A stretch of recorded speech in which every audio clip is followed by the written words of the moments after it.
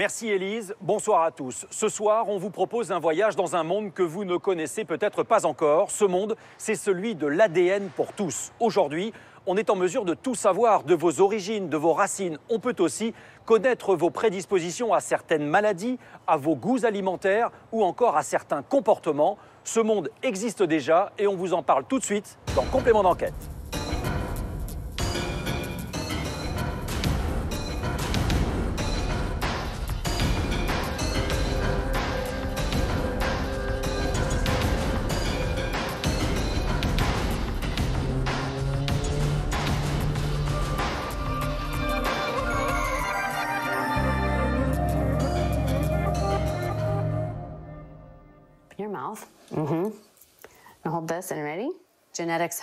La génétique nous a montré que ma fille a des besoins différents de ses frères.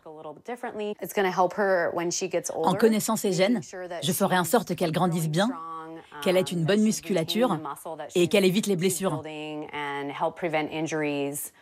Vous connaissez peut-être ce kit ADN qui permet le prélèvement et qui est utilisé aujourd'hui dans le cadre des enquêtes criminelles. Eh bien, avec ce même test, on est aussi en mesure aujourd'hui de dire que vous avez peut-être le gène de la longévité ou celui de la chance au jeu. Et c'est pour cela, sans doute, qu'à travers le monde, 18 millions de personnes l'ont déjà utilisé. C'est vrai aux États-Unis, c'est vrai en Grande-Bretagne, mais c'est vrai aussi en France. On s'est installé juste à côté de l'école de médecine. On verra que la médecine française a quelques réserves sur ce sujet. On a demandé à l'une de nos enquêtrices, Rola Tarsissi, de faire le test, de jouer les cobayes, et on va partager avec elle ses doutes, ses craintes, mais aussi ses espoirs. C'est une enquête exceptionnelle de Rola Tarsissi avec Nathalie Sapena, Éloane Martin et Michel Pignard.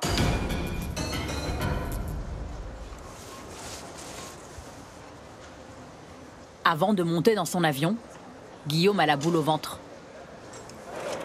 Guillaume, vous allez où là?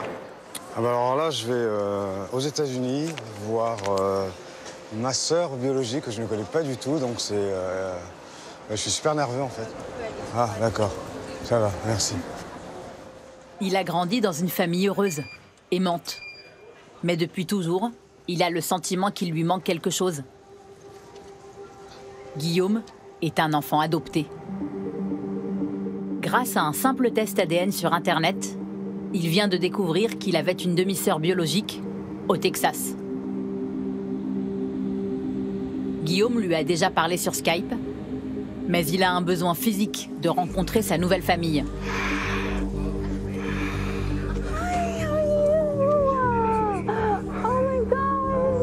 Voici Lisa, sa nièce. Oh, je vais très bien, et toi? Et Thuyen, sa sœur, submergée par l'émotion.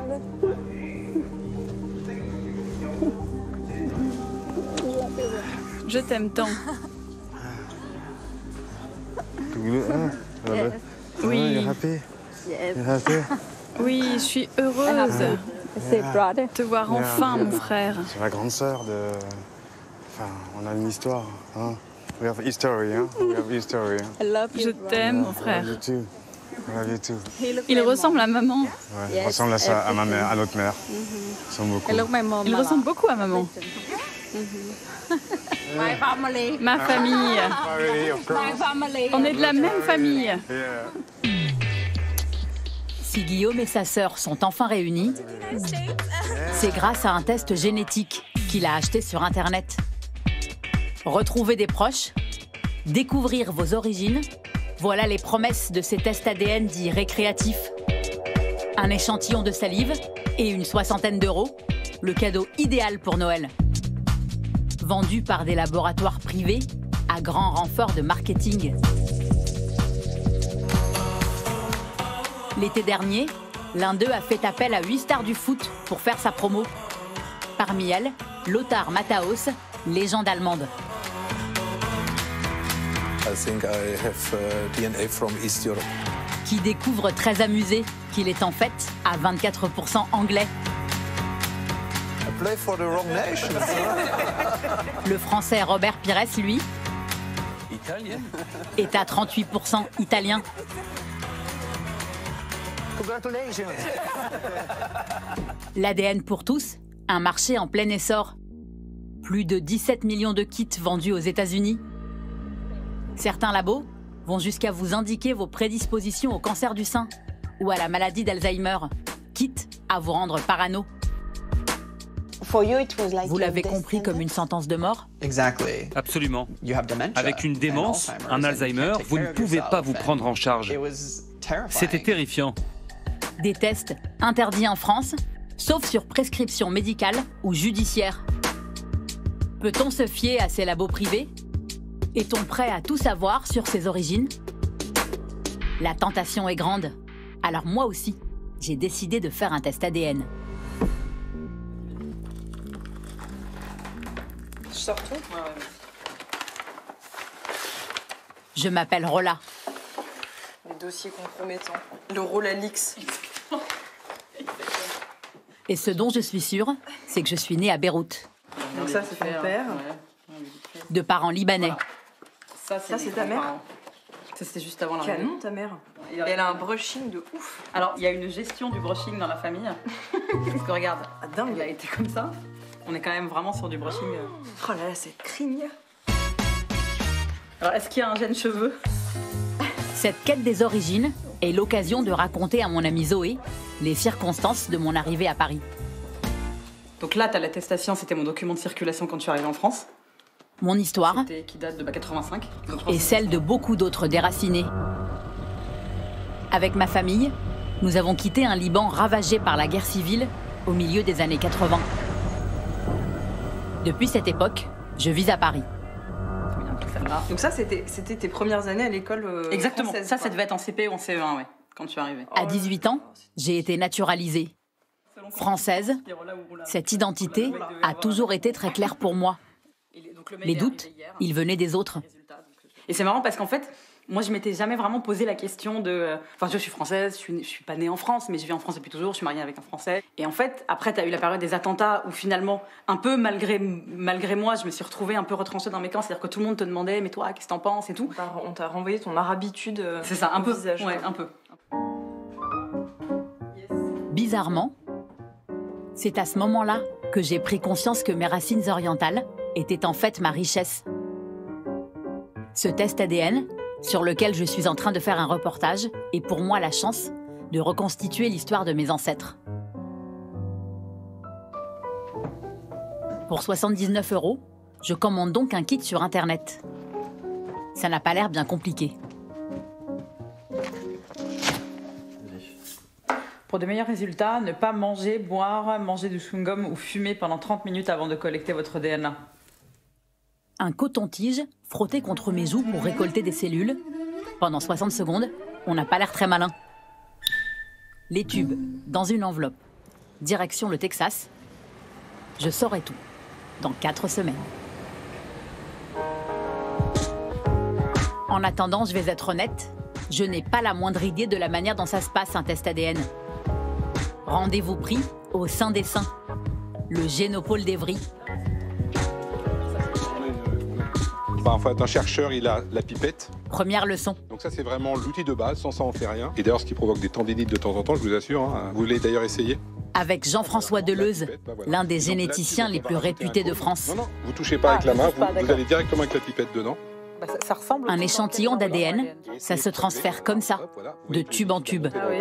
C'est très bien. Et donc ça, c'est 80% du geste d'un technicien de séquençage moléculaire, c'est de faire passer un volume d'un tube dans un tube, d'un tube dans une plaque, avec ce genre de pipette à volume différent. D'accord. Vous avez déjà eu la première leçon.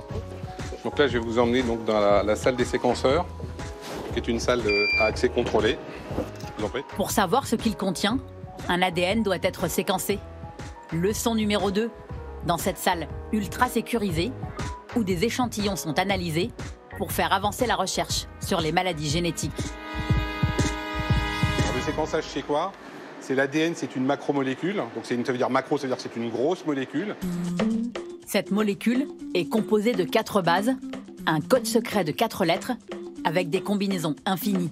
On peut juste être soit A, T, C ou G, pour adénine, thymine, cytosine et guanine. Mais cet enchaînement, il existe sur une longueur de 3 milliards d'éléments. Et le séquençage... A, C, T, G. 3 milliards de fois. 3 milliards de fois. Et selon l'ordre, c'est ce qui fait que c'est votre signature génétique. Absolument, c'est exactement ça. D'accord. Je viens de comprendre. C'est vrai? Dans ma signature, c'est-à-dire mon ADN, il y a toutes mes caractéristiques. Par exemple, mes yeux noisettes, le gène EYCL1 et les sourcils fournis, le gène FAX3. Ces informations très précises, les labos privés peuvent les lire grâce à une machine comme celle-ci, qui ressemble à une grosse imprimante. Peut-être Céline peut nous expliquer un petit peu.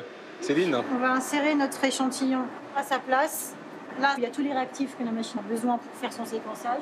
Ensuite, on va refermer la machine.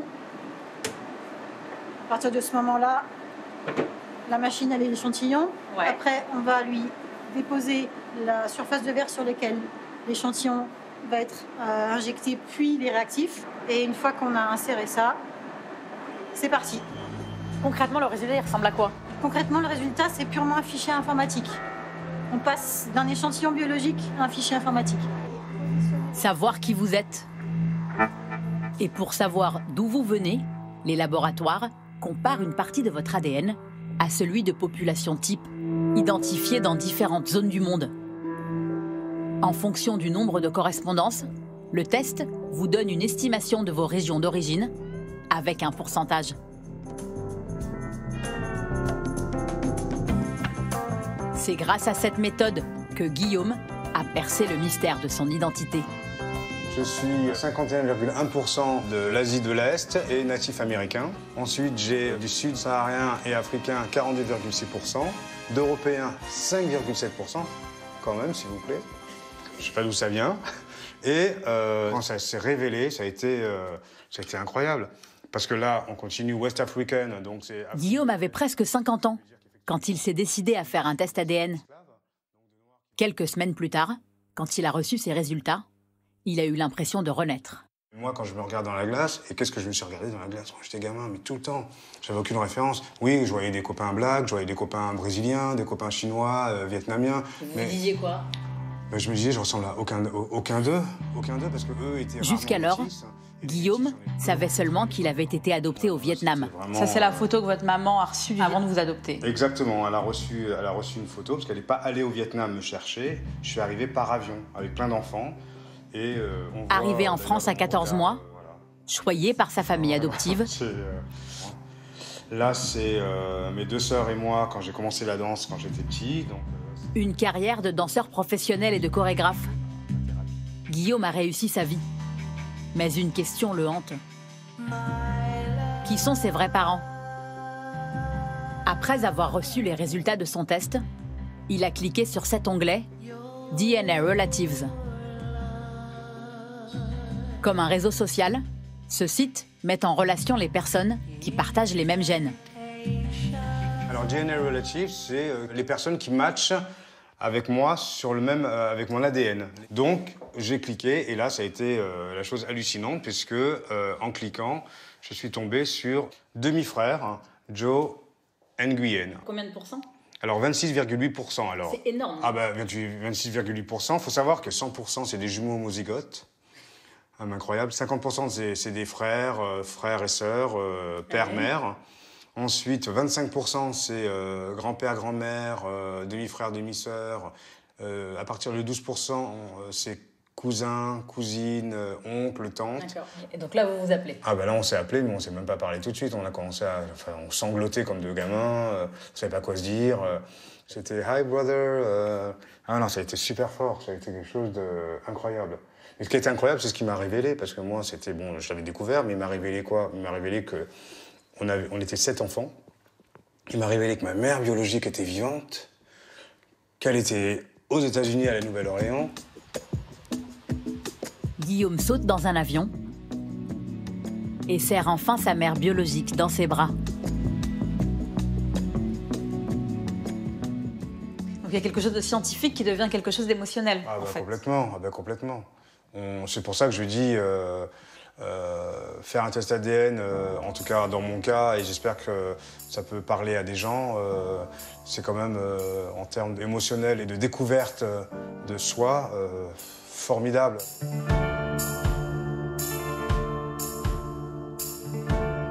Le voyage de Guillaume à travers ses racines se poursuit à Uvalde. C'est dans cette petite ville de 15 000 habitants que le danseur parisien reconstitue le puzzle de sa vie sur le bord d'une route texane. Hello. Hi, sister. How you doing? Comment vas-tu? Bien? How are you? Great. Thuyen, sa sœur biologique, travaille ici, dans ce restaurant chinois. Hi, how are you? Il appartient à Vui, un de leurs cousins. It's like a lot of smell, huh? Good, huh? Nouvelle famille, nouvelle tradition. C'est un peu sucré. Très très bon. Merci, mon frère.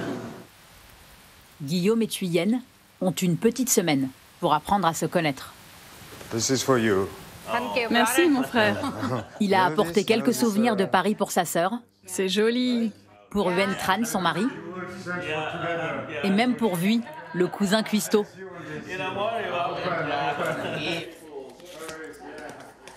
Des petites attentions, Ah, that's nice. comme pour rattraper le temps perdu. This is for you. Guillaume leur offre aussi cet album qui résume l'histoire de sa vie en France. It's for me, from baby to now. That's my Vietnam passport. Oh, tu es très maigre là. Yeah. Là, tu as déjà bien grossi. Tu es un beau garçon. Guillaume et Thuyen, deux enfants de la guerre, à qui la vie n'a pas offert le même destin. Tu as eu plus de chance que ta sœur. Il a eu une mère adoptive. Il a été élevé en France, donc il a pu aller à l'école, faire des études. Sa mère s'est bien occupée de lui. Sa sœur n'a pas eu tout ça. Yeah. Tu as vraiment eu de la chance de grandir là-bas. Au Vietnam, à l'époque, les enfants n'avaient ni école ni nourriture. En 1999, quand j'ai rencontré ta sœur, elle n'avait rien. On est parti d'abord aux Philippines. On n'avait que deux vêtements, un short et une chemise. Yeah, I know I was lucky. I always, every day I say thank you for... I know, sister, don't cry. Hein? Yeah. Elle est bouleversée, là, c'est... My brother. Yeah. Il a eu plus de chance que moi. Moi, j'étais au Vietnam. J'ai vécu avec ma grand-mère. Ma mère m'a laissée quand j'avais 3 mois. Et ma grand-mère m'a élevée. Je ne voyais ma mère que rarement. Lui, il a eu de la chance. Moi, je parle très peu anglais, pas comme lui. Lui, il a tout.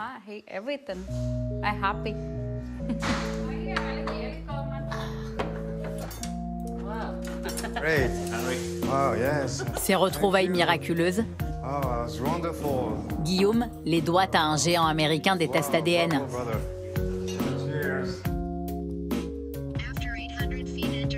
Son siège se trouve en Californie, au cœur de la Silicon Valley. Je suis vachement ému de le voir, en fait, ce panneau, parce que là, on y est, quoi. On est à Mountain View. Waouh. C'est incroyable, je trouve ça super. Bienvenue chez 23andMe. En 10 ans d'existence, cette entreprise pionnière a déjà testé l'ADN de 5 millions de personnes à travers le monde. Elle nous ouvre exceptionnellement ses portes. Mais pas question de nous montrer ses laboratoires, le cœur du réacteur.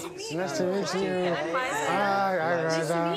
Nice to meet you. Ici, tous les employés connaissent l'histoire de Guillaume le Français. Yeah. That's crazy, yeah. Ils suivent son incroyable aventure depuis le début. That's cool. And I'm emotional to meet Scott because we... Scott travaille à la communication. Son rôle, raconter les belles histoires de ses clients. Pour 23andMe, Guillaume est le parfait ambassadeur. Putain, je pleure.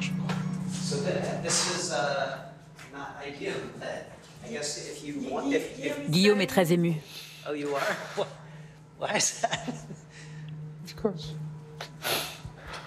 C'est sûr, c'est bouleversant. Je comprends. That's a lot to take. Because I found my mom, I found my sibling from my mother's side because of Scott, because of 23andMe, and Si vous voulez savoir si son histoire est exceptionnelle, oui, elle l'est. Je ne sais pas pourquoi. Nous avons d'autres clients qui retrouvent des membres de leur famille, mais entre Guillaume et moi, le courant est tout de suite passé. Une histoire exceptionnelle qui vaut bien un petit shooting photo. Dans quelques semaines, l'histoire de Guillaume sera publiée sur leur site internet.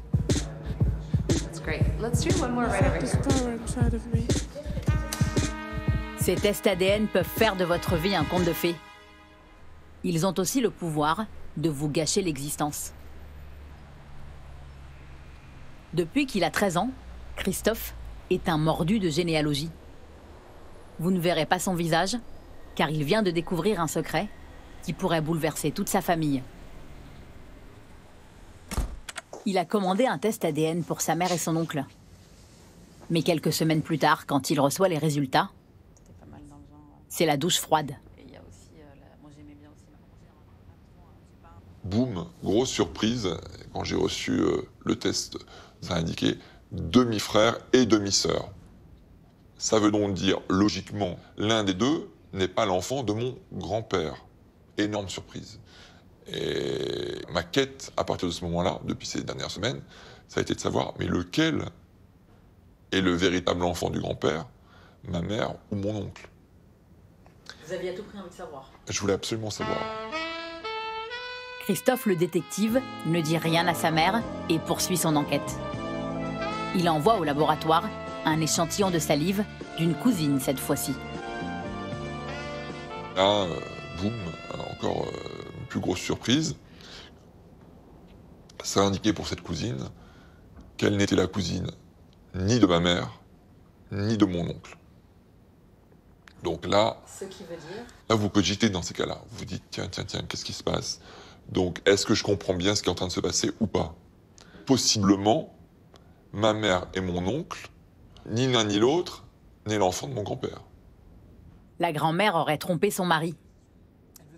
Pour éviter de perturber sa maman, qui a plus de 80 ans, il a décidé de garder son secret de famille pour lui. Plus que ça, et en plus, il y a des moments où je me dis, bah, c'est un peu vache quand même d'avoir fait ça, mais en même temps, si elle n'avait pas fait ça, mes frères et sœurs, moi-même, ma mère, mon oncle et les autres ne seraient pas là. Là, pour la Toussaint, en fait, je me suis retrouvé sur sa tombe.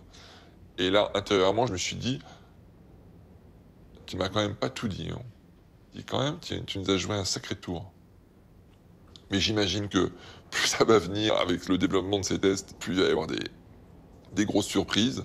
Je pense que ça va être une véritable révolution. Hein. Ça vous met à nu complètement. Ça, il n'y aura pas moyen de tricher. Et puis, ça vous donnera des réponses qui vous satisferont pas forcément. On ne va pas se mentir, cette interview avec Christophe m'a un peu stressée. Je réalise qu'en donnant mon ADN, j'ai aussi donné celui des membres de ma famille qui en partagent une partie avec moi. J'ai même accepté qu'un laboratoire, un ordinateur et un algorithme aient une influence sur ma vie et sur celle de mes proches. Mon ADN est une donnée personnelle et pas des moindres. Éric Boucher de Crèvecoeur, expert à la CNIL, me met en garde. À vrai dire, un peu tard. Bah voilà, vous avez une illustration de tous les types de données à caractère personnel. En bonne place, les données génétiques notamment, mais aussi une signature, la localisation de votre téléphone, un badge. Mais l'idée, c'est qu'en fait, une donnée à caractère personnel, c'est une donnée qu'on peut rattacher à quelqu'un. Et forcément, l'ADN, c'est vraiment intrinsèquement lié à vos cellules, donc c'est vraiment une caractéristique très forte. Une fois que vos données ADN ont été divulguées, bah voilà, le mal est fait en quelque sorte. J'ai apporté les conditions d'utilisation que j'ai signées, entre nous un peu vite, par flemme de les lire. 15 pages qui m'apprennent que mes données seront enregistrées quelque part aux États-Unis, mais on me l'assure, elles ne seront revendues à personne. Et là, vous voyez, c'est quand même sympa. Nous nous soucions de la protection de la vie privée de nos utilisateurs. Certes, ça c'est toujours dit comme ça, de toute façon, on en prend grand soin, il n'y a pas de problème. Vous pensez que j'ai quand même pris un gros risque? C'est pas anodin, quoi. C'est un risque, et ce que je vous conseillerais, en fait, c'est de faire effacer ces données après votre reportage, en fait. c'est de faire valoir, si les conditions vous y autorisent, mais je dirais de toute façon le règlement européen vous y autorise, faites valoir votre droit à l'effacement, votre droit à l'oubli pour faire supprimer ces données avant qu'elles n'aient été trop diffusées auprès de partenaires que vous ne maîtrisez pas. Il y a ce côté-là, au début on se prend un peu au jeu sans trop réfléchir. Mais c'est aussi justement le risque de ce marché biface ou multiface, c'est que ce qui vous est présenté, c'est justement quelque chose de ludique et a priori assez neutre. Et derrière, la réutilisation des données avec des partenariats avec les entreprises médicales, pharmaceutiques, la recherche est beaucoup plus touchy. Le gros business pour eux, c'est pas de me vendre d'où je viens. Non, c'est de constituer d'énormes bases génétiques pour faire tourner des algorithmes dessus, pour faire des partenariats avec des grosses entreprises qui vont savoir également les utiliser. La machine est déjà en route. La firme, qui a analysé l'ADN de Guillaume, a par exemple déjà vendu 650 000 fichiers clients au laboratoire Pfizer. Meet your genes. Le business de vos gènes, c'est exploiter la moindre de vos données. BTBD9, je décide comment vous bougez vos bras et vos jambes pendant votre sommeil. Je suis un petit gène agité. Nous sommes deux gènes et jouons un rôle sur la maladie cœliaque. Attention, alerte au gluten. Intolérance au lactose. Consommation de café. Certaines marques proposent de vous vendre des produits personnalisés en fonction de votre génétique. Des cosmétiques spécialement adaptés à votre type de peau. Des voyagistes proposent même des séjours à la carte au pays de vos ancêtres. La plateforme de musique Spotify vous concocte une playlist spéciale en fonction de votre ADN. Avec mes origines libanaises, on va me proposer de la musique orientale? Sérieusement? Moi, j'aime plutôt ça. En attendant, fini de rire. Les résultats de mon test d'origine sont arrivés sur ma boîte mail. Tadam! Voilà, prête à explorer votre appartenance ethnique? Oh, c'est excitant. Allons-y.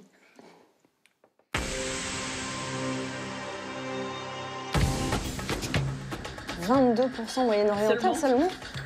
Mes résultats me sont proposés sous forme de clip, un poil théâtral. Asiatique de l'Ouest, 9%.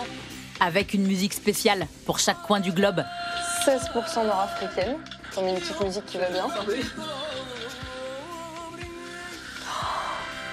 14% italienne. Génial. Du grand spectacle. Arabie Saoudite, Irak, Égypte, Turquie, Afghanistan. J'ai même un tableau détaillé l'Empire ottoman, avec des groupes ethniques pour chaque continent. C'est là que les plus grosses surprises arrivent. Alors. Dis donc, c'est bien le bordel. Oui. Je comprends rien en fait, il faudrait que je les appelle. C'est incroyable, comment c'est possible? J'arrive pas à savoir comment est-ce qu'ils peuvent être aussi précis en fait. Ça te donne envie de le faire ou pas? Grave. Sérieux? Ah ouais, ça me donne trop envie. Quand ma mère va savoir ça. Je ne pensais pas que ce test me ferait me poser autant de questions sur mes origines. Voilà la découverte de ces résultats et de ses origines. On vous a senti un peu bouleversé, un peu partagé dans vos sentiments.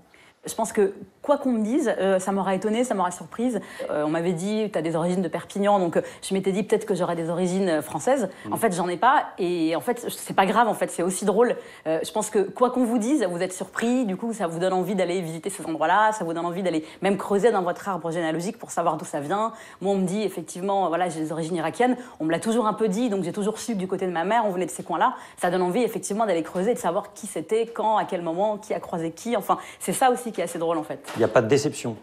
Non. À l'issue de l'entretien que vous avez avec Christophe, on vous sent un peu nerveuse. Est-ce que vous êtes nerveuse parce que vous ressentez des choses par rapport à ce qu'il dit? Du coup, ça vous fait prendre conscience que peut-être vous êtes allé trop loin, que vous n'auriez pas dû le faire? Alors oui, ça m'a un peu tendue. En fait, c'est pas parce que j'avais la peur que mes parents soient pas mes parents, parce que je leur ressemble physiquement. Donc là-dessus, je pense qu'il n'y avait pas vraiment de surprise, voire pas du tout. En revanche, c'est le fait d'avoir donné mon ADN et de me rendre compte qu'en fait, il n'appartient pas qu'à moi. Il appartient à ma sœur, il appartient à ma mère, il appartient à mes oncles, mes tantes, mes cousins. Et d'une certaine manière, j'ai dévoilé un petit peu leur vie privée et leur intimité. Vous en aviez parlé beaucoup avec vos amis. Et vos amis vous disaient ah, moi aussi, j'ai envie de le faire. Est-ce que vous leur conseilleriez de le faire? Non. Enfin, oui et non. En fait, il y a quelque chose d'assez incroyable, c'est-à-dire que Quand j'en parle autour de moi, tout le monde a un ami, un cousin, un copain. Ah mais moi je l'ai fait. Ah mais attends, moi mon père a été adopté, ma voisine, ma cousine, et tout le monde l'a fait. Et c'est fou. On a l'impression qu'effectivement on en est au balbutiement. C'est en train d'arriver dans la société et que tout le monde a envie de savoir. Et j'ai l'impression qu'après, une fois que je dis aux gens mais t'es malade, il y aura une trace de toi, tu te rends pas compte, etc. Et alors il y a des moments, je leur raconte, je leur donne envie de le faire parce que quand ils voient mes résultats, ils disent ah mais c'est génial, 15%, 20%, Italie, machin. Et puis il y a un autre côté où on se dit ah bah en fait est-ce que le prix à payer c'est d'avoir mon ADN qui se balade quelque part, est-ce que j'ai vraiment envie? En fait, tout dépend de où vous mettez le curseur. Finalement, moi, j'ai l'impression que j'ai pas grand-chose à cacher et qu'après tout, même si mon ADN se balade, c'est pas si grave. Qu'est-ce que ça a révélé au fond de vous? Qu'au fond, j'ai l'impression que j'ai toujours su qui j'étais. Et en fait, ce que je suis, c'est ce que je suis aujourd'hui. C'est-à-dire Rola Tarsifi, française, travaillant pour la télévision française, mariée à un Français. J'ai envie de savoir un peu d'où je viens, qui sont mes ancêtres, etc. Parce que ça fait partie de mon histoire et que c'est mon ADN. Mais en fait, je pense que mon ADN, c'est ce que je suis aujourd'hui, là, maintenant. C'est la vie que j'ai construite, c'est la vie que je me suis faite ici, c'est ici que j'ai fait mes études, que j'ai mes attaches, que j'ai mes amis. Donc moi, j'ai l'impression que ma vie, elle est ici, en fait. Très bien. Alors, il y a des doutes personnels, évidemment, et on le comprend, mais il y a aussi des doutes journalistiques. Et c'est pour ça qu'on va regarder maintenant la suite de votre enquête. Parce qu'il y a évidemment beaucoup de questions qui continuent de se poser. C'est à Or Yehuda, à 15 km au sud-est de Tel Aviv, qu'est basé le siège de MyHeritage, l'entreprise qui m'a révélé mes origines. Au départ, c'était une plateforme de généalogie lancée en 2003. Bonjour, bienvenue chez MyHeritage, Elisabeth, Rafi, notre porte-parole. Bonjour Rafi. Bonjour. Enchantée. Merci d'être venu. Le site proposait aux passionnés de généalogie d'échanger des informations sur leurs ancêtres. Avec l'ADN, le nombre d'utilisateurs a explosé. Nos clients utilisent notre plateforme pour faire des arbres généalogiques. On a 98 millions d'utilisateurs qui ont tous ensemble construit 42 millions d'arbres généalogiques. Et on cumule 9,3 milliards de données historiques. Ça peut être des actes de naissance, des registres militaires qui viennent du monde entier. MyHeritage détient l'une des plus grosses bases de données historiques au monde. C'est l'une de nos salles de réunion. On a aussi une table de ping-pong. Graphistes, développeurs et surtout traducteurs, les données du site sont disponibles dans 42 langues. Au total, 2 millions d'internautes leur ont déjà envoyé de l'ADN. L'entreprise garde le secret sur son chiffre d'affaires et vise d'être numéro 1 du secteur d'ici 2020. Bienvenue sur notre terrasse. Dans l'équipe des généalogistes, Elisabeth, une Française. C'est elle qui va m'aider à comprendre mes résultats. J'avoue que effectivement, j'ai vu les résultats, mais que c'est effectivement, je sais pas trop. Des surprises ? Oui, beaucoup. On va voir ça. Je suis impatiente. Désolé les gars, faudrait que vous partiez. Pour parler de mes ancêtres, j'ai besoin d'intimité. Le test ADN de MyHeritage donne une évocation de vos ancêtres sur des milliers d'années en arrière, sur 500 ans, 1000 ans, 2000 ans. Chaque laboratoire a ses propres critères et ses propres catégories ethniques. Ici, le mot juif est entendu comme un groupe de population historiquement présent dans l'Empire ottoman. Sur le tableau de mes origines, mes 22% du Moyen-Orient me paraissent logiques. Les autres résultats, plus surprenants. 14,5%, c'est assez important quand même. C'est beaucoup. Ouais. Le fait est que au Liban, un des groupes ethniques présents, c'est l'ethnie italienne. Ah bon ? Ouais. Parce que pour le coup, moi, ça a été la grosse surprise. Ouais. 14% italienne, Mais c'est vrai que vous avez aussi 6,5% de Grecs. Et au Liban, c'est deux groupes ethniques qui sont présents. Le groupe italien et le groupe grec. D'accord. Et la petite surprise que vous avez eue, peut-être ? Oui, juif, mizrahi, iranien, irakien. Voilà. Très étonnant pour une Libanaise, pour le coup. 14,2%. Non, parce que en fait, les juifs, mizrahi, ça veut dire en hébreu oriental. Donc ça fait référence au patrimoine génétique des juifs qui étaient en Iran et en Irak. Ça reste tout dans la région. En moyenne, chaque personne testée a 6 origines ethniques différentes. Il faut savoir que de toutes les personnes qui font le test, il y a seulement 0,3% de personnes qui ont une seule origine ethnique, qui reçoivent 100% de quelque chose. C'est très très rare. Le marché des tests génétiques pèse plus de 20 milliards de dollars et ce n'est pas prêt de s'arrêter. Car il y a un autre domaine dans lequel l'ADN pour tous fait fureur, la santé.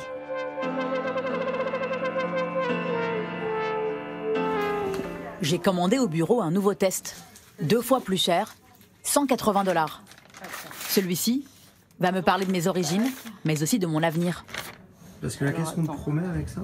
Et bah en fait de te donner tes prédispositions à certaines maladies. Faut que tu craches dedans? Ah, faut que je crache dedans celui-là. Ah, oui. C'est immonde. Tu vas cracher devant 4 personnes là. Arrête, non mais tu me bouffes. Après c'est pas le truc, c'est relou en fait. Oui, je dois cracher. Ça suffit là. Pour être tranquille, il ne me reste que les toilettes des filles.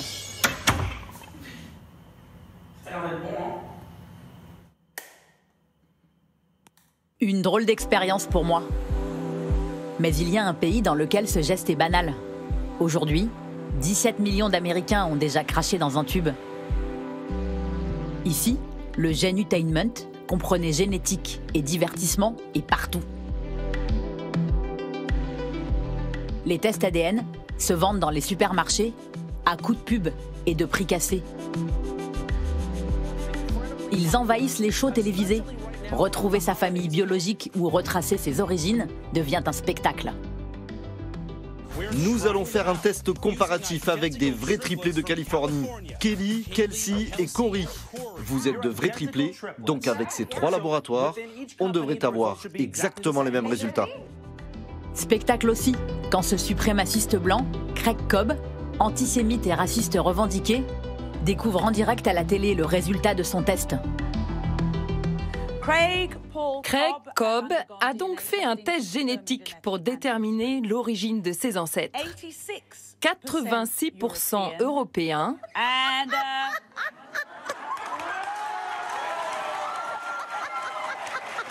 et 14% Afrique subsaharienne.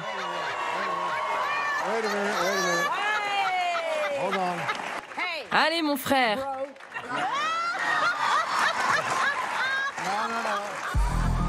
L'ADN fait désormais partie du débat politique. Elizabeth Warren, sénatrice anti-Trump, a-t-elle vraiment des ancêtres amérindiens comme elle l'assure? Un vil mensonge électoraliste pour Donald Trump, qui la surnomme la fausse Pocahontas. Elle serait l'héritière d'une grande tribu indienne. Mais de quelle tribu? Faites un test. La sénatrice a pris Donald Trump au mot le mois dernier. La sénatrice Elizabeth Warren a publié les résultats d'un test ADN qui prouve sans aucun doute, selon elle, qu'elle a des origines amérindiennes. Des tests partout, à tous les âges de la vie. Phoenix, Arizona. Un dimanche ordinaire chez les Braque.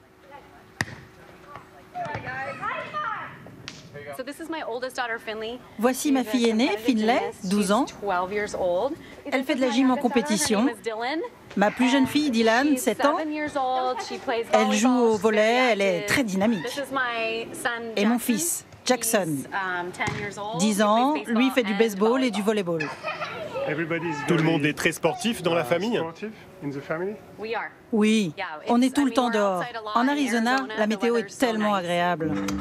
Dans cette famille, tous les enfants vont faire leur test génétique. Ok, on y va? Et ça commence par la petite Dylan. Voilà, maman va t'aider à le faire.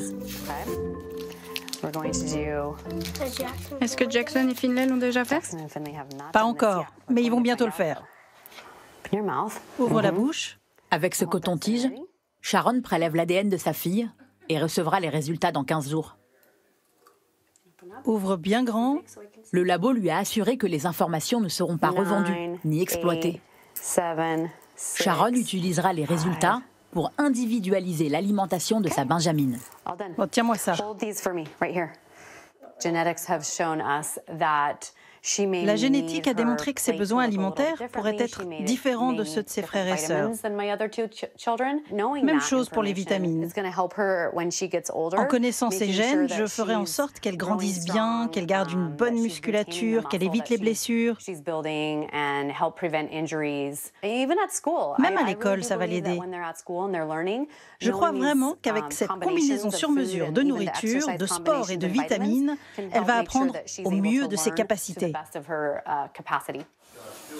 Sharon et Josh, un couple modèle, sportif, mince, éduqué. Avec l'accès à leur génome, ils sont entrés dans une autre dimension, persuadés de pouvoir être encore en meilleure forme qu'ils ne l'étaient déjà.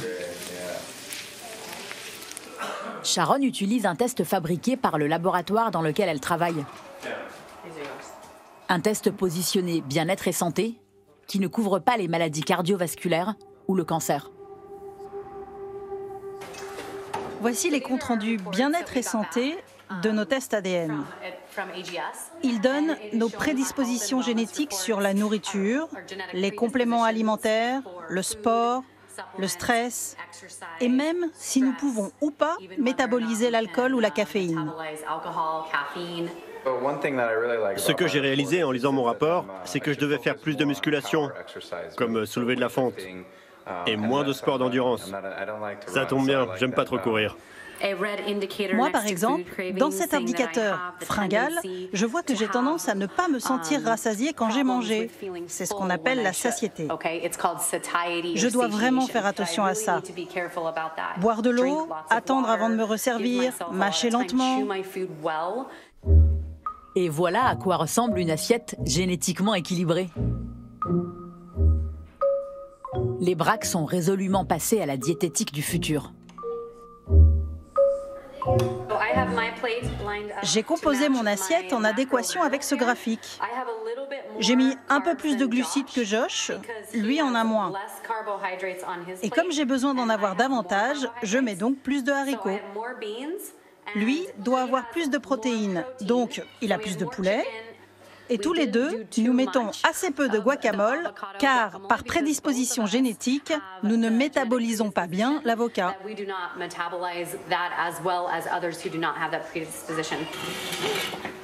Pour Sharon et Josh, l'objectif n'est pas de traquer les calories ou de maigrir, mais d'améliorer leur santé et celle de leur famille.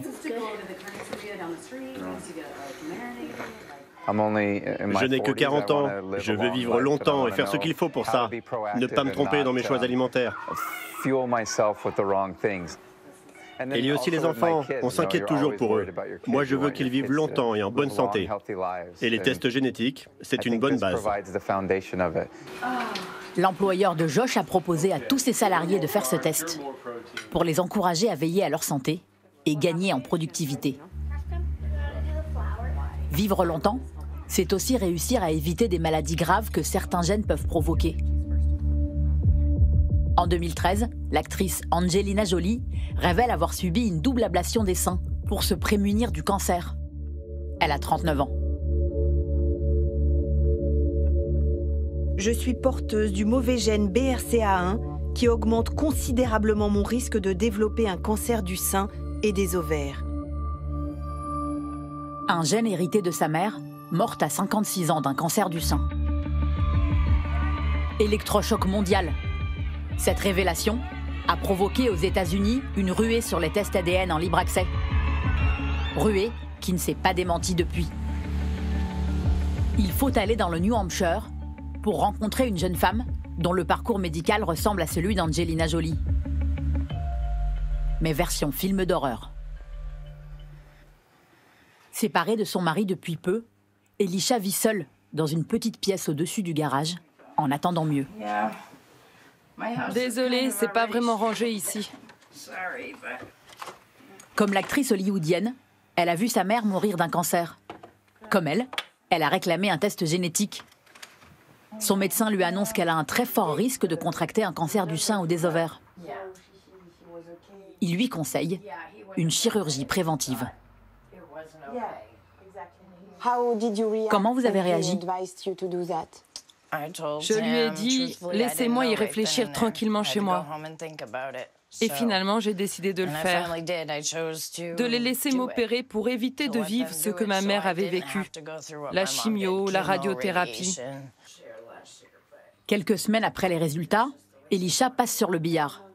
2 lourdes opérations, en août et en octobre 2016. Elle a 36 ans. Je n'ai plus d'utérus, plus d'ovaires, plus rien. Plus de seins, plus rien. J'ai été mutilée, massacrée. Voilà le résultat, publié par Elisha elle-même sur les réseaux sociaux. Malgré la souffrance, après l'opération, elle pensait encore avoir pris la bonne décision. Jusqu'au jour où un autre médecin lui demande de vérifier ses résultats auprès du laboratoire. C'est un autre cauchemar qui commence. Une femme du labo m'a alors dit « Mais pourquoi ferait-il une chirurgie préventive ? Elisha, vous êtes clairement négative. » J'ai dit « Ah bon ? Mais c'est trop tard maintenant. » Elle a dit « Ils vous ont déjà opéré ?» J'ai dit « Oui. »« Vraiment ? On vous a retiré les seins et l'utérus ?» J'ai répété « Ben oui. » Voilà, c'est trop tard. On ne peut pas réparer. On ne peut pas me rendre les organes. Je suis complètement dévastée. Comment ont-ils pu faire une erreur aussi énorme? Je ne comprends pas, je ne comprendrai jamais. Je suis une femme et je le sais, mais mon corps, lui, ne le sait plus. Ils m'ont pris tout ce qui fait de moi une femme. Je ne vois pas comment je pourrais avoir une relation avec un homme après ça. Je serai sûrement rejetée. C'est vraiment injuste.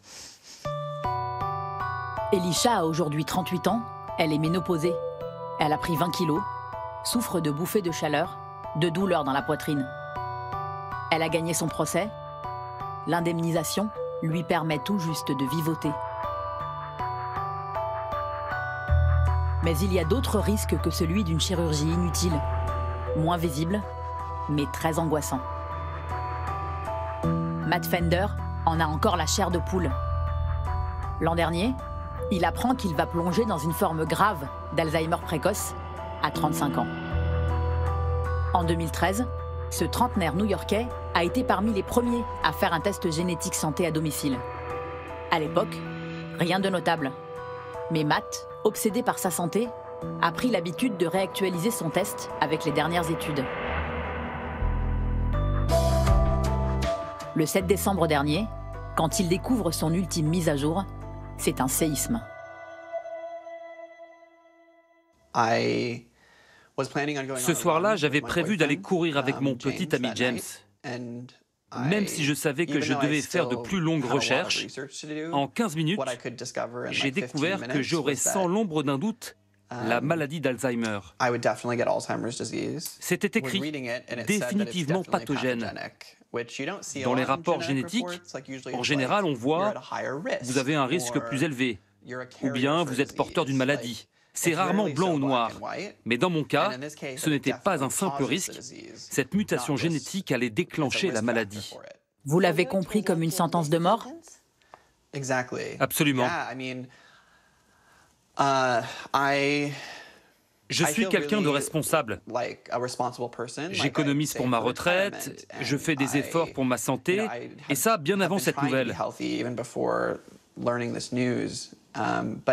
Mais tout d'un coup, tout cela n'avait plus de sens. J'allais mourir d'une façon si effrayante, sans mémoire, en étant un poids pour mon entourage. Avec une démence, un Alzheimer, vous ne pouvez pas vous prendre en charge. C'était terrifiant de penser que j'allais cesser d'être moi-même tout en restant en vie.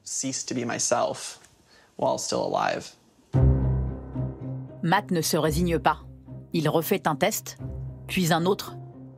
Les résultats sont discordants, mais lequel croire?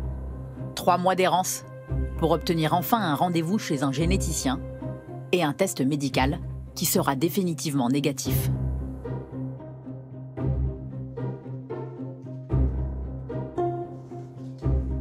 Dans l'article que le New York Times consacre à ce détective du génome, Matt dénonce l'ignorance des médecins face à la génétique. Quand je regarde les messages que j'ai échangés avec mon médecin, il ne m'a même pas demandé de faire un test de confirmation. Il a validé le résultat et il n'avait rien à me proposer. Il m'a quand même envoyé voir un généticien, mais ce généticien ne recevait pas les patients en dessous de 50 ans. Il y a une zone grise où les gens comme moi doivent se débrouiller tout seuls. Moi, j'ai réussi, heureusement. J'étais capable de découvrir qu'il y avait une erreur. Mais d'autres gens vont sans doute avoir le même genre d'expérience et vivre le reste de leur vie avec une sentence de mort. Et ils n'auront jamais l'aide nécessaire.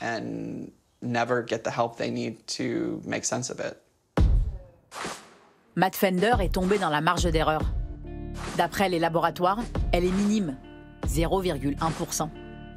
Mais ce qu'il faut savoir, c'est qu'elle se calcule sur les 600 000 données génétiques d'une seule personne, soit en réalité un risque de 600 erreurs pour un seul patient. Aujourd'hui, 17 millions d'Américains ont déjà eu recours à ces tests. D'ici 3 ans, ils pourraient être 100 millions. Des cas comme ceux de Matt et d'Elisha, la jeune femme inutilement mutilée, vont se multiplier. Pour la généticienne Hélène Matloff, la principale cause de ces erreurs, c'est la défaillance du système de santé américain, dépassé par ce nouveau champ de la médecine.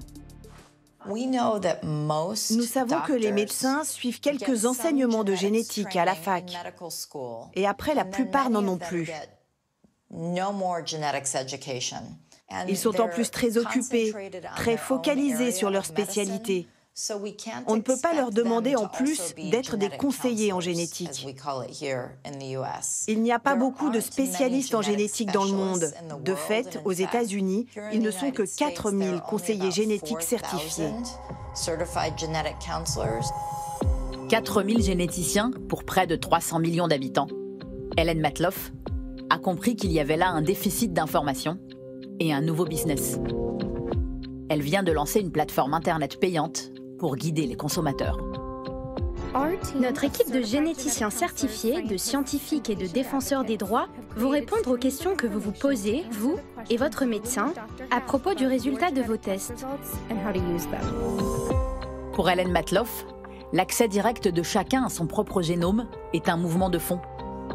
Mais cela va-t-il vraiment avoir un impact sur la santé et l'espérance de vie des Américains ?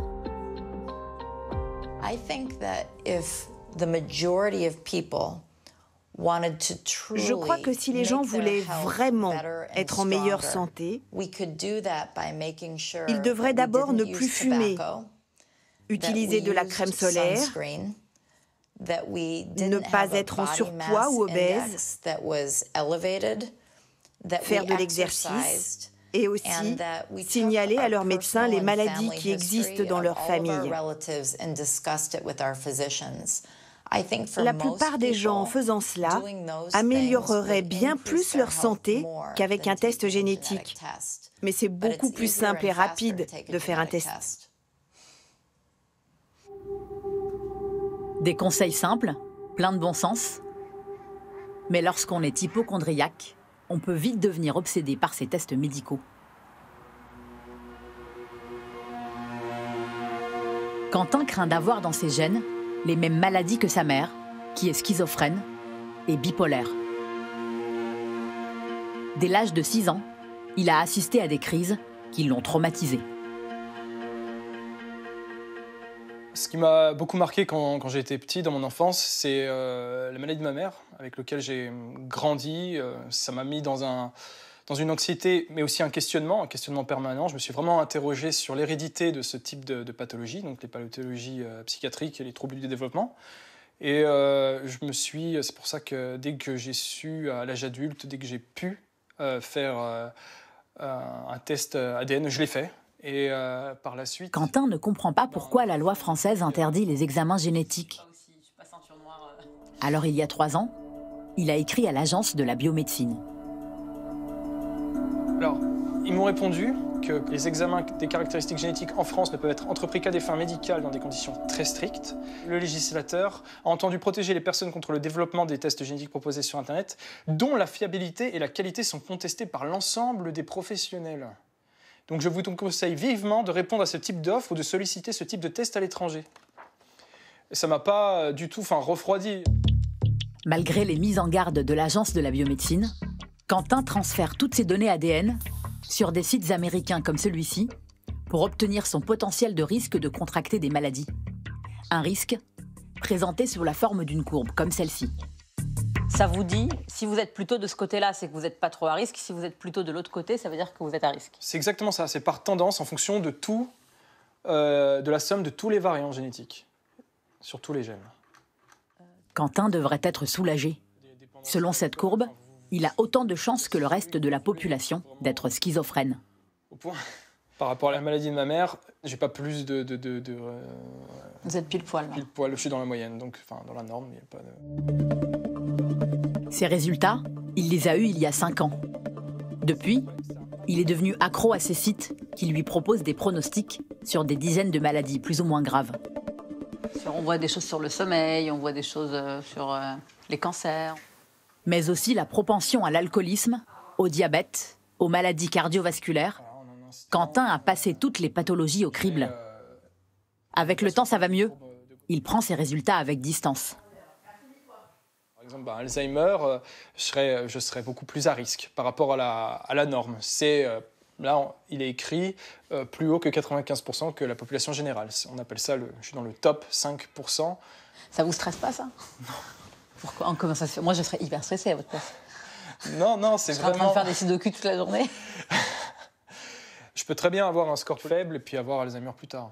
D'accord. Et vous pouvez très bien avoir ce score élevé et ne pas l'avoir. Exactement. Ouais. Et en fait, ça veut dire que ça dit rien, tout ça. Ça sert à rien. Enfin...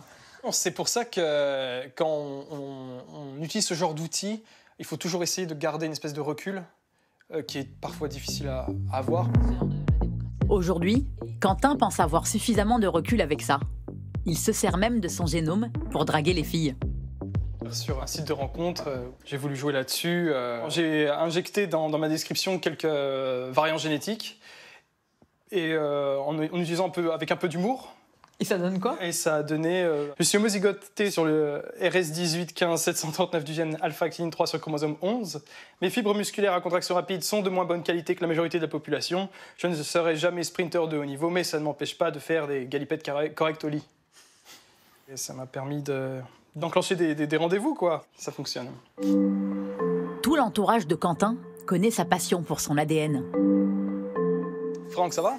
Comment tu vas? Bah écoute, nickel, hein? Bien. De son meilleur ami Franck, avec lequel il déjeune ce jour-là, à Mario, le serveur du restaurant, qui le croise depuis de longues années. Merci Mario. Et voilà, merci à toi. Il m'avait dit qu'il avait fait des recherches sur sa génétique. Donc il avait envoyé tous ses examens aux États-Unis. Et justement, je me souviens, ça m'avait tilté. Et quand il m'a parlé de ça, je me suis dit, ah oui, exact. Quand j'ai réfléchi à ça, je me suis dit, est-ce que ça change une vie en fait?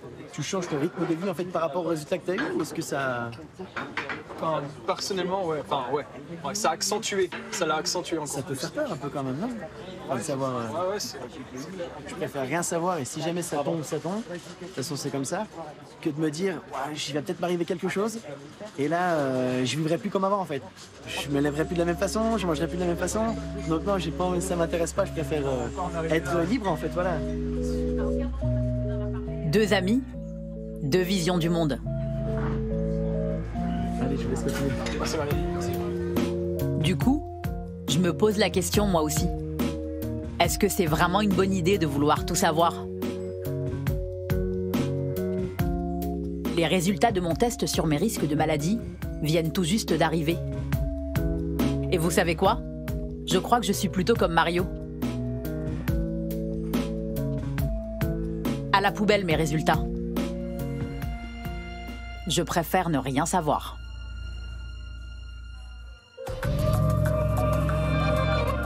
Voilà pour cette enquête qui soulève bien des questions. Et on se retrouve ici au musée d'histoire de la médecine avec vous, Laurent Alexandre. Bonjour. On ne sait plus très bien comment vous vous présentez. Vous êtes chirurgien à la base, vous n'êtes pas généticien, mais vous avez créé une multitude d'entreprises. Vous êtes notamment fondateur d'une entreprise sur le séquençage ADN. Vous êtes auteur aussi. Quel est le nom de votre dernier ouvrage? La guerre des intelligences. Et on vous connaît aussi parce que vous êtes le fondateur du fameux site Doctissimo. Vous croyez beaucoup en quelques thèses futuristes. Est-ce qu'après ce document, vous croyez toujours dans l'ADN et dans son utilisation? Bien sûr. Le problème n'est pas sur le séquençage ADN, il est sur l'interprétation des données. Un séquençage ADN crée des milliards et des milliards d'informations pour chaque malade. Et le système de santé, aujourd'hui, n'est pas organisé pour traiter ces données. Les médecins sont incapables de traiter pendant une consultation d'une dizaine ou une quinzaine de minutes des milliards d'informations, donc ça coince. Alors ça veut dire qu'on n'est pas prêt, qu'on n'a pas le personnel médical qui est prêt pour bien lire ces données? Bien sûr. J'estime que pour faire une analyse complète du séquençage ADN d'un malade, il faudrait qu'un médecin y consacre à peu près une centaine d'heures. Ah oui. Vous voyez, vous et moi, et chacun des téléspectateurs, nous avons en moyenne 1,5 million de mutations par rapport à l'ADN de référence sur les 3 milliards de bases chimiques de notre ADN. 1,5 million de différences par rapport à la référence. Pour analyser ces données-là, il faut un temps considérable et les médecins ne sont pas formés et n'ont pas le temps pour passer une centaine d'heures pour chaque malade, bien sûr. Oui, et vous nous disiez d'ailleurs qu'aux États-Unis, on laisse les patients, c'est ce qu'on voit aussi dans le reportage, avec cette interprétation, on les laisse seuls avec ces informations. Oui, moi cela ne me semble pas raisonnable. Je suis favorable au séquençage ADN, mais à condition qu'il y ait un filtre, qu'il y ait une interprétation, une hiérarchisation des mutations que l'on voit, et ça ne peut être fait que par le médecin. Quand vous avez la mutation qui donne la maladie de Huntington, vous avez 100% de chance de faire une démence alors même que vous êtes jeune. Hélas, ce n'est pas une information que vous pouvez digérer et que vous pouvez recevoir par mail. Je suis, moi, totalement opposé à ce que quelqu'un apprenne qu'il va mourir de façon certaine en lisant sa boîte mail.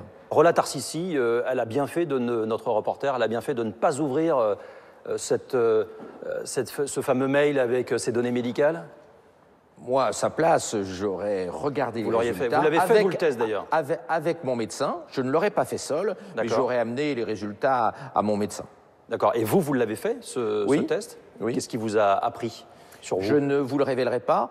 Comme j'ai 50% de mon ADN commun avec ma sœur, 50% de mon ADN commun avec mes enfants, ils n'ont pas du tout envie que je révèle des mutations dont je suis porteur et dont eux-mêmes ont une chance sur 2 d'être porteurs. Révéler mon ADN, c'est aussi révéler des choses extrêmement intimes sur mes enfants et sur ma sœur. Juridiquement, moralement, philosophiquement, je n'ai absolument pas le droit de révéler mon ADN à la télé. C'est révéler des choses extrêmement intimes sur mes proches de la même façon. Est-ce qu'on peut croire à ce monde qu'on pourrait voir dans certains films où on nous dirait, voilà, à 56 ans, il va se passer ça, vous allez avoir tel niveau de maladie, mais si vous mangez des brocolis d'ici là, peut-être que vous avez une chance de l'éviter. Ce monde-là est possible? Cette vision est une vision enfantine. Elle fait l'hypothèse que nous ne sommes que le fruit de notre ADN, de nos gènes. Or, en réalité, ce que nous sommes, c'est le mélange de notre ADN et puis de notre environnement. On peut avoir une mutation génétique qui favorise le diabète. Si on a un excellent régime alimentaire, si on n'est pas obèse, si on ne mange pas trop, si on mange sain, si on fait du sport, la mutation risque de ne pas se révéler. Au lieu de faire votre séquençage ADN, je dirais à vos téléspectateurs, ne fumez pas, ne buvez pas trop et faites du sport. Alors, quand on me dit, par exemple, j'ai 20% de chance d'être un... Enfin, je suis viking à 20% ou à 12% italien, là aussi, est-ce que c'est une interprétation ou bien est-ce qu'il y a des données généalogiques, historiques, sérieuses? Sur la généalogie, c'est très sérieux. D'abord parce qu'il y a des millions et des millions de gens qui ont fait ces tests-là, et donc on commence à avoir d'énormes bases de données. Comme on le voit dans le reportage, ça peut poser des problèmes. L'un de mes amis, qui est très connu, s'est rendu compte qu'il y avait un problème dans sa famille et que l'un des membres de sa famille avait trompé son mari parce que les données génétiques prouvaient de façon certaine qu'il y avait eu un adultère et qu'il y avait eu un problème familial. Il faut faire attention, il y a de quoi faire battre des montagnes parce qu'avec ce type de test, on peut découvrir que son papa n'est pas son papa Et je pense qu'il vaut mieux ne pas le savoir que de le savoir, à la fois pour l'enfant et pour le papa. Et si c'était généralisé en France, ce serait une mauvaise nouvelle, ce serait une mauvaise chose? Alors en France, pour l'instant, il est interdit de faire des tests génétiques non prescrits par un juge ou par un docteur. Et on rappelle que c'est condamnable. Et c'est condamnable, mais une amende de un peu plus de 3 000 €. La loi n'est absolument pas respectée puisqu'il suffit d'envoyer le coton-tige par la poste. Donc la loi est contournée massivement, elle n'est pas respectée aujourd'hui. Dans le futur, on va changer la loi et on va favoriser la génétique. Moi, personnellement, je pense qu'il est raisonnable qu'on laisse un filtre médical pour ne pas laisser les malades face à leurs angoisses et face à des résultats qu'ils ont du mal à interpréter. Mais il ne faudrait pas que la loi soit trop restrictive et que nous prenions un retard important par rapport à ce que font les Américains. On voit bien que 23andMe, entreprise que vous citez, qui est d'ailleurs une filiale minoritaire de Google, a pris une énorme avance en matière d'analyse ADN. Il ne faudrait pas que la France devienne un pays sous-développé de la génomique à cause de lois trop restrictives. Et ça pose aussi le problème de la gestion de ces données, parce que ça revient à donner nos données à Google et de ne pas les donner à peut-être des entreprises françaises. C'est aussi peut-être ça, ce que ça veut dire. Nous avons pris un tel retard en matière d'intelligence artificielle qu'aujourd'hui, le risque est grand que demain, notre santé soit analysée, gérée, que notre séquençage ADN soit géré depuis la Californie, voire depuis la Chine. S'il n'y a pas d'industrie européenne de l'intelligence artificielle, ce seront les intelligences artificielles des géants du numérique en Californie qui interpréteront les données et qui après nous soigneront. Voilà, merci infiniment, Monsieur Laurent Alexandre, d'être venu jusqu'à nous. Je remercie Thomas Auro à la rédaction en chef de cette émission, Clément Castex et Samuel Humez. Caroline Durand était à la préparation de ces entretiens, Philippe Lallemand est le réalisateur de cette émission. Merci à toute son équipe. La semaine prochaine, vous retrouverez l'émission politique et nous, on se retrouvera le jeudi 6 décembre pour une émission consacrée au carburant trop cher. On vous racontera les petites magouilles et les gros trafics de ce secteur gigantesque et sulfureux. Très bonne fin de soirée à tous sur France Télévisions. À bientôt.